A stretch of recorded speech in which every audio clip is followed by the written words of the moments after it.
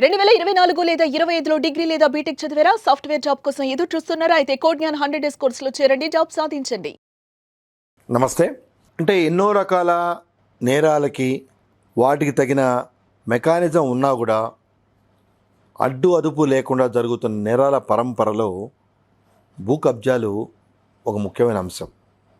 ఇటీవల కాలంలో ఈ రియల్ ఎస్టేట్ వాళ్ళు చేసే భూ కబ్జాలు అనుకోనివ్వండి, థర్డ్ పార్టీస్ అంటే ఆ ప్రాపర్టీస్తో ఏ రకంగా సంబంధం లేని వాళ్ళు కబ్జాలు చేయటం అనుకోనివ్వండి, అలాగే ప్రాపర్టీ లేకపోయినా కూడా ప్రాపర్టీ రిజిస్ట్రేషన్ చేసేవాళ్ళు, ఇలా రకరకాల ల్యాండ్కి సంబంధించిన కేసులు ఒక ల్యాండ్ మాఫియాగా తయారైనాయి. అంటే ఈ ల్యాండ్ స్కాములకు కూడా ఆ నేరాలు చేసిన వాళ్ళని శిక్షించడానికి తగిన చట్టాలు ఉన్నా కూడా అవి కొన్నిసార్లు ఎఫెక్టివ్గా ఉండటం లేదు.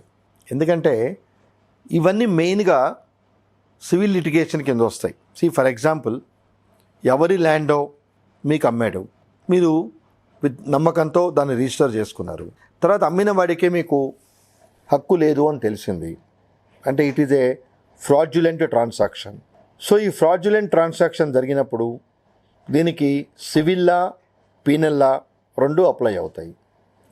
పీనల్ లా వచ్చేటప్పటికి 406, 420 చీటింగు, వాళ్ళ సంతకాలు కనుక ఇతను ఫోర్జరీ చేసి ఇస్తే 468, 471 ఇండియన్ పీనల్ కోడ్ ఫోర్జరీ.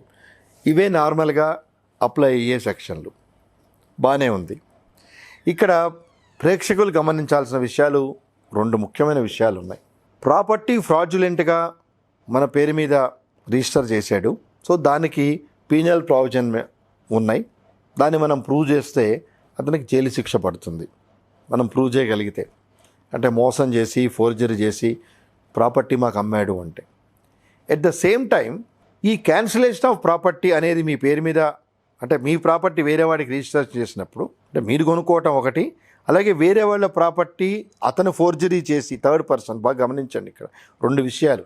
లేని ప్రాపర్టీకి ఫ్రాడ్యులెంట్ డాక్యుమెంట్ సృష్టించి మీకు అమ్మటం ఒక పద్ధతి అయితే, ఒరిజినల్ ఓనర్ ఉండగానే డూప్లికేట్ పేపర్ సృష్టించి తానే ఒరిజినల్ ఓనర్ అని చెప్పి నమ్మించి మీకు రిజిస్టర్ చేయటం అనేది ఇంకో పద్ధతి. ఇక్కడ బర్డన్ ఏంటంటే, మనకున్న లీగల్ సిస్టమ్ రైటో రాంగో నా ప్రాపర్టీ వేరేవాడు మీకు రిజిస్టర్ చేశాడు, ఇక్కడ నా ప్రాపర్టీ నాదని ప్రూవ్ చేసుకోవటానికి నేను ఆ క్యాన్సిలేషన్ ఆఫ్ సేల్ డీడ్ వేయాలి. అది దౌర్భాగ్యం ఉన్న సిస్టంలో ఉన్న నెగిటివ్ ఆస్పెక్ట్స్. అంటే ఏ అండ్ బి వాళ్ళ వాళ్ళు కొల్యూడ్ అయిపోయి నా ప్రాపర్టీ రిజిస్ట్రేషన్ చేసుకున్నా, again responsibility is on the original owner to retain and to cancellation of the deed which is in existence as if the original owner registered the document. So నా property రైటో రాంగో ownership మారిపోయినప్పుడు, ఆ ownership genuine transaction కానప్పుడు I have no right over the property. ఈ రోజు నుంచి record ప్రకారం owner some X. So original owner నేనైనా, దానికి సంబంధించిన కాగితాలు నా దగ్గర ఉన్నా, ఓనర్షిప్ రైట్స్ నా దగ్గర లేవు. I have only title. Even ఆ టైటిల్ కూడా వాళ్ళు తీసేసుకున్నారు. ఇంకొక నెగిటివ్ మన రిజిస్ట్రేషన్ యాక్ట్లో ఉంది ఏంటంటే, registrar is nowhere concern whether you are the owner of the property or not. When two people are there, when the concern documents are available, it means there is a seller and there is a buyer, registrar will register the property. అతని scope అంతే. He will not have any right to verify the veracity either the ownership or entitlement over the property of the seller. ఇది మనకున్న ఒక దౌర్భాగ్యమైన system. So ఎప్పుడైతే registrar ఈ రకమైన powers exercise చేసే అధికారం చట్టం కల్పించలేదో, he is doing only as a postman job. ఇద్దరు పార్టీలు ఆయన ముందు అటెండ్ అయ్యి, ఇదిగోండి ఇవి డాక్యుమెంట్స్, ఈ ప్రాపర్టీ నాది, దీని లింక్ డాక్యుమెంట్స్ ఇవి, ఈయనకు అమ్ముతున్నాను అంతే. He never bother about and he has no right to verify the legal veracity of the documents shown by the original owner. అందుకే సుప్రీంకోర్టు పర్చేజర్స్ ఆర్ బివేర్ అని చాలా సందర్భాల్లో చెప్పడం జరిగింది. అంటే కొనుక్కునేవాడే దానికి దగ్గర legal audit, I'm using this word, ఇది అందరూ కొంచెం జాగ్రత్తగా గమనించండి. లీగల్ ఆడిట్ అయిన తర్వాతే ఆ పర్టికులర్ ట్రాన్సాక్షన్స్కి మీరు ముందుకు వెళ్ళండి. లేకపోతే తప్పనిసరిగా మీరు ఇబ్బందులు ఫేస్ చేసుకోవాల్సిన పరిస్థితి వస్తుంది.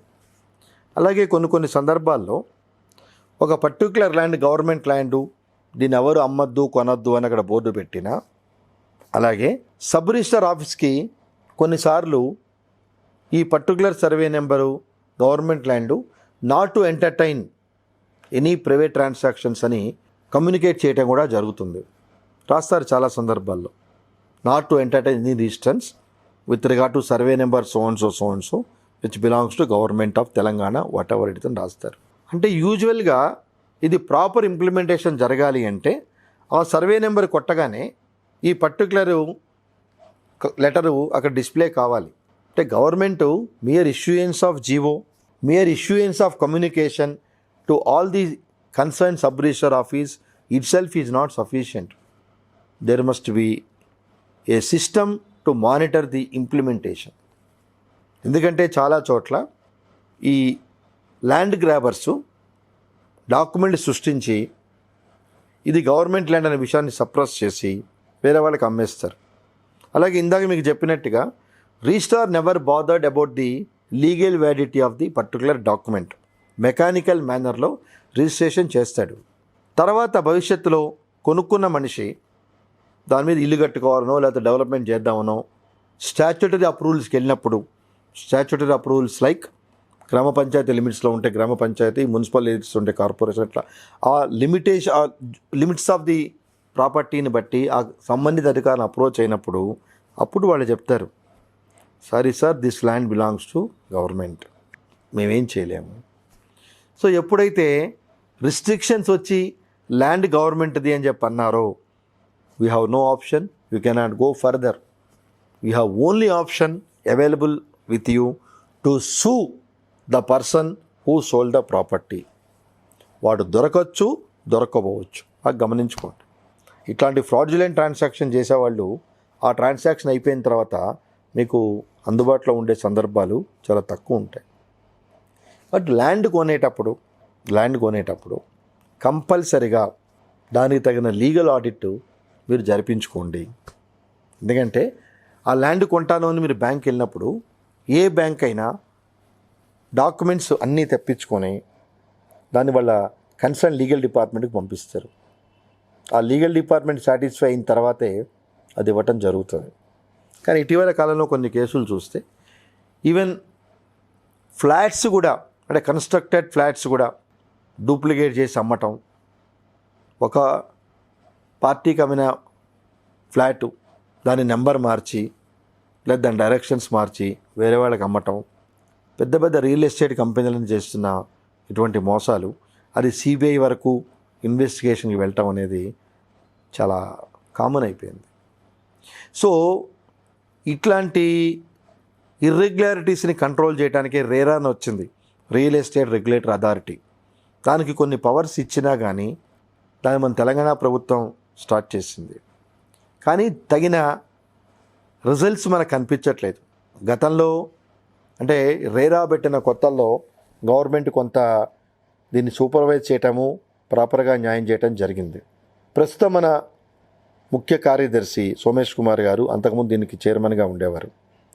ఎప్పుడైతే అడిషనల్ జాబ్ కింద ఈయన చీఫ్ సెక్రటరీ అవ్వటం జరిగిందో దానికి సరైన ఆఫీసర్ లేకపోవటం వల్ల ఆ రేరా నిర్వీర్యం అయిపోయిందని చెప్పచ్చు. అంటే ఇక్కడ ఎంతో కష్టపడి మీరు ఇటీవల కేసులు చూస్తే పెద్ద పెద్ద రియల్ ఎస్టేట్ సంస్థలన్నీ చాలా ఫ్రాడ్ అని, వందల వేల కోట్లలో స్కామ్స్ చేసి డిపాజిటర్స్ని మోసం చేశారని, అక్కడ ల్యాండే లేదని, ఇలా రకరకాల కేసులు పెట్టడం జరిగింది. కానీ అన్ఫార్చునేట్లీ ఈ పర్టికులర్ టాపిక్ అనేది ఇండియాలోనే ఒక డిబేటబుల్ టాపిక్. ఏంటంటే ఎన్ని కోట్లు స్కామ్ చేసినా 420, 406 ఫోర్జరీ ఇవే. వీటికి ఉన్న పనిష్మెంటు చట్ట ప్రకారమే 7 సంవత్సరాలు. అంటే మీరు 10 లక్షలు స్కామ్ చేసినా, చీట్ చేసినా, 10,000 కోట్లు చీట్ చేసినా, స్కామ్ చేసినా బియాండ్ 7 years అనేది ఇవ్వటానికి చట్టం పరిమితి కల్పించలేదు. సో ఎప్పుడైతే పనిష్మెంట్ మెకానిజం వీక్గా ఉందో ఇలాంటి ఇర్రెగ్యులారిటీస్ చేయడానికి వాళ్ళు వెనకాడట్లేదు. ఎందుకంటే మన గతంలో జరిగిన కొన్ని కంపెనీలు, పెద్ద పెద్ద కంపెనీలు చాలా నెలలు అది 1 or 2 years జైల్లో ఉన్నా ఈ జైల్లో ఉన్న పీరియడ్ అంతా ఎప్పుడైతే శిక్ష పడుతుందో, ఫర్ ఎగ్జాంపుల్ ప్రూవ్ అయ్యి, ఆ శిక్షా కాలానికి ఇది కొంత ప్లస్ పాయింట్ అవుతుంది. అంటే already what ever period they underwent in judicial remand, actual conviction పడ్డ తర్వాత కూడా ఇది వాళ్ళకి అడ్వాంటేజ్ అవుతుంది. కాబట్టి శిక్షల తీవ్రత అనేది లేనప్పుడు, అలాగే అమాయక ప్రజలు ఫర్ దేర్ వెస్టెడ్ రీజన్స్, అంటే ఈ రియల్ ఎస్టేట్ సంస్థలు పెట్టే ప్రలోభాలకి వీళ్ళు లొంగిపోయి, అంటే ఈరోజే చేరండి మీకు 10,000 డిస్కౌంటు, లేదు మీరు ఈరోజే కనుక చేస్తే మీకు వెండి కాయిను ఆ బంగారు కాయిను, ఇట్లాంటి ప్రకటనలకి ఎప్పుడైతే కామన్ పీపుల్ అట్రాక్ట్ అవుతారో, as long as many cases happen, ఈ నేరాలు ఘోరాలు జరుగుతూనే ఉంటాయి. సో రియల్ ఎస్టేట్ రంగంలో కామన్ మ్యాను ఎంతో కష్టపడి ఒక లైఫ్ టైం అచీవ్మెంట్ లాగా ఒక ల్యాండ్ కొనుక్కోవాలనో, తర్వాత దాని మీద లోన్ తీసుకొని ఇల్లు కట్టుకోవాలనో, తన రిటైర్మెంట్ అయిన తర్వాత భార్యాబిడ్డలతో కంఫర్టబుల్ లైఫ్ లీడ్ చేయాలనో చేసుకునే ఈ మధ్యతరగతి కుటుంబీకులు ఫ్యామిలీస్కి ఇప్పుడు మన సొసైటీలో జరుగుతున్న ఈ రియల్ ఎస్టేట్ మోసాలతో కావాల్సినంత రియలైజేషన్ అనేది మీకు రావాలి. ఎంతో నమ్మకంగా, అందుకే చాలామంది ఈ మధ్యకాలంలో ఇండిపెండెంట్ హౌసెస్ ఏదైనా ఉంటే దాన్ని కూలగొట్టి ఒక కాంప్లెక్స్లా కట్టుకొని వాళ్ళ ఫ్యామిలీ మెంబర్సే డెవలప్మెంట్కి ఇచ్చి కొన్ని ఫ్లాట్స్ వాళ్ళు ఉంచుకొని కొన్ని ఫ్లాట్స్ వేరే వాళ్ళకి అమ్మి they are making money like that. So ఎన్నో వెంచర్లు మన హైదరాబాద్ చుట్టుపక్కల పుట్టగొడుగులాగా వస్తున్నాయి.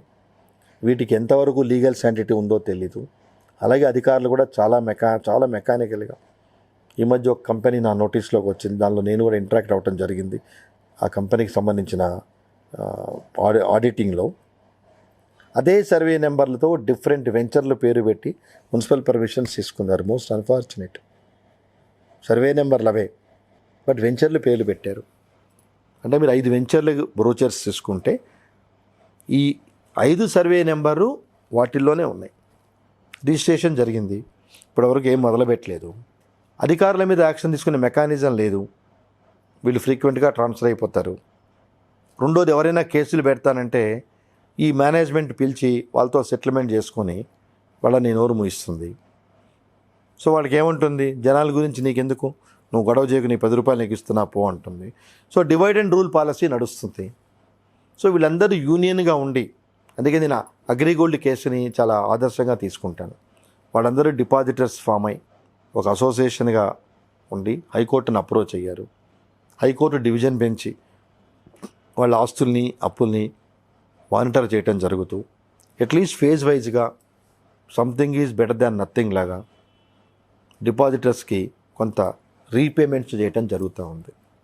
కాబట్టి ఈ కార్యక్రమం ద్వారా సుమన్ టీవీ ప్రేక్షకులు గమనించాల్సింది ఏంటంటే, ఎన్నో రకాల ప్రలోభాలతో అత్యాశలతో మీ ముందుకు వస్తున్న ఫైనాన్షియల్ కంపెనీలు కానివ్వండి, గోల్డ్ ట్రాన్సాక్షన్స్ కంపెనీ కానివ్వండి, ల్యాండ్ ట్రాన్సాక్షన్స్ కంపెనీస్ కానివ్వండి, వితౌట్ ప్రాపర్ వెరిఫికేషన్ ఇన్ని అనుభవాలు జరుగుతున్నా కూడా ప్రజలు మారకపోతే, ప్రజల బలహీనతే ఇలాంటి సంస్థల యొక్క మనుగడకి మనమే ఇండైరెక్ట్ కాదు డైరెక్ట్గానే చేయూతనిస్తున్నాం.